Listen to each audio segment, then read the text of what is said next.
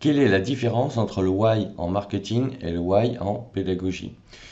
Alors, ce qu'il faut savoir, c'est que quand tu mets en place une démarche marketing pour développer une activité en ligne, l'idéal, c'est d'asseoir ta stratégie sur ce qu'on appelle donc le why, ce qu'a bien décrit Simon Sinek sur ce sujet, à savoir que c'est d'expliquer pourquoi tu fais ce que tu fais. C'est un peu la stratégie d'Apple qui avait à ses tout débuts, à travers Steve Jobs, dit voilà, nous allons changer le monde. Alors ça pouvait paraître un peu prétentieux, mais bon, en quelque sorte, c'est un peu euh, ce à quoi il a participé, parce que IBM aussi y a fortement participé, mais Steve Jobs avait utilisé ce slogan pour développer sa marque. Et à partir de là, il a attiré forcément une clientèle qui était attachée à ce projet. Alors évidemment, après, il y a les produits qu'il a fait, hein, qui ont séduit. Et aujourd'hui, il y a une communauté Apple dans le monde entier. Et en marketing, c'est ça le why. C'est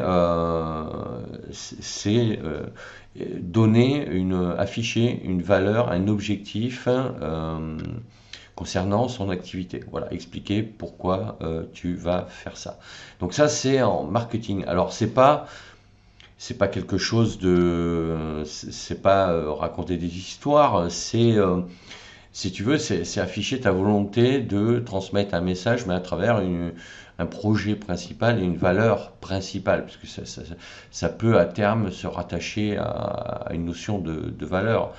Mais voilà, en marketing, c'est quelque chose que tu dois mettre en place pour arriver comment dire, si tu veux, à cibler ceux qui vont être intéressés par ce message. Alors, au début, c'est pas forcément nécessaire puisque tu peux commencer et tu peux définir et trouver ton why au fur et à mesure que tu vas créer ton écosystème web, parce que c'est pas évident de le trouver tout de suite. Tu peux prendre une feuille, l'écrire, dire voilà, moi j'ai envie de faire ça, alors c'est possible, hein, mais moi, ce que je te conseille de faire, c'est de commencer à créer ton écosystème web, tout ça, et après, tu vas, au fur et à mesure, plus tu vas créer du contenu et plus tu vas définir ton why. Donc ça, c'est, moi, il me semble, une démarche plus intéressante parce que si tu définis ton why dès le départ, donc je suis toujours dans le marketing, en créant des contenus, tu peux donner la sensation inverse si dans ton personal branding, dans la façon de t'exprimer, dans les produits que tu proposeras à terme, tu es en décalage par rapport à ça. Donc c'est pour ça que c'est à double tranchant si tu veux. Tu peux le faire dès le départ, mais sache que voilà, c'est après il va falloir t'y tenir. Et ça va te demander donc à chaque fois une rigueur par rapport au message que tu veux envoyer. Et si de temps en temps, pour les questions d'originalité, de créativité, tu veux un peu sortir de tes sujets, ben là, les gens vont être perdus. Donc c'est pour ça qu'il est important je pense, commencer à créer, commencer à produire du contenu et peu à peu de trouver ta raison d'être sur Internet à travers ce que tu veux mettre en place comme business en ligne ou même side business, hein. J'en ai parlé dans d'autres vidéos. Un side business, c'est-à-dire que tu vas créer une activité complémentaire à ton activité principale, mais c'est la même chose, c'est un business en ligne, hein, de toute façon. Donc voilà, en marketing, en quoi correspond le why. Maintenant, en pédagogie, le why, c'est le pourquoi de la formation. Quel objectif doit atteindre un apprenant pour euh, savoir faire certaines choses et en apprenant certaines choses. Donc le why en pédagogie, c'est l'objectif pédagogique.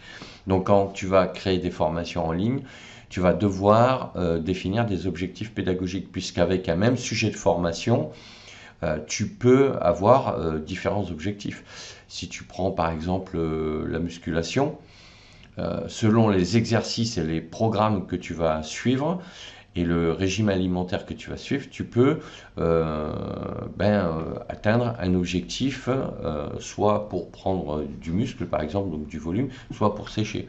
Donc tu auras deux objectifs différents. Ça sera la même chose dans n'importe quelle thématique.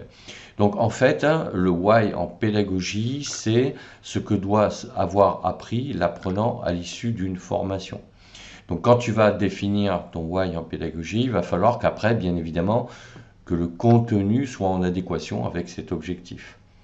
Donc tu vois, alors ça rejoint l'idée du why en marketing, mais j'allais dire que le why en marketing, c'est plus une idée générale, un principe général qui rejoint un peu tes valeurs, d'accord, à travers ton personal branding. Alors que le why en pédagogie, si tu crées plusieurs formations, tu auras des objectifs pédagogiques qui seront pas forcément reliés directement à ton why général de business en ligne, tu vois.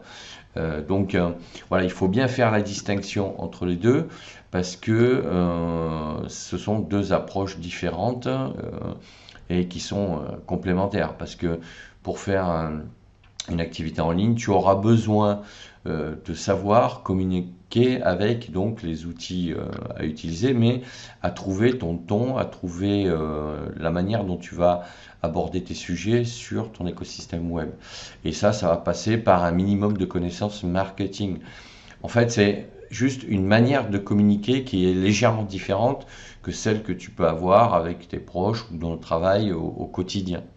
Donc, quand tu es dans le quotidien, voilà, tu es pas en train de te dire, voilà, qu'est-ce que je peux mettre en place comme storytelling, par exemple. Alors que quand tu vas faire une vidéo ou tu vas écrire un article ou publier un post sur un de tes réseaux sociaux, tu vas devoir te poser la question, voilà, quel est l'objectif de ce contenu, comment je l'organise, comment je vais mettre en place comment dire, une accroche, d'accord, avec donc un slogan, etc., etc. Donc dans le marketing, tu es obligé d'appliquer certaines règles, voilà. Et après, le contenu pédagogique interviendra quand tu feras des contenus de formation en ligne dans lesquels tu vas décliner donc des savoirs et des connaissances. Donc voilà la différence entre le why en marketing et le why en pédagogie. Donc ce sont vraiment deux approches complètement différentes, mais qui sont complémentaires. Donc voilà ce que je voulais dire sur ce sujet. Donc n'hésite pas à me dire ce que tu en penses en commentaire. Mettre un pouce bleu vers le haut, ça fait toujours plaisir. T'abonner à la chaîne, pense à la petite cloche pour être prévenu quand je sors d'autres contenus.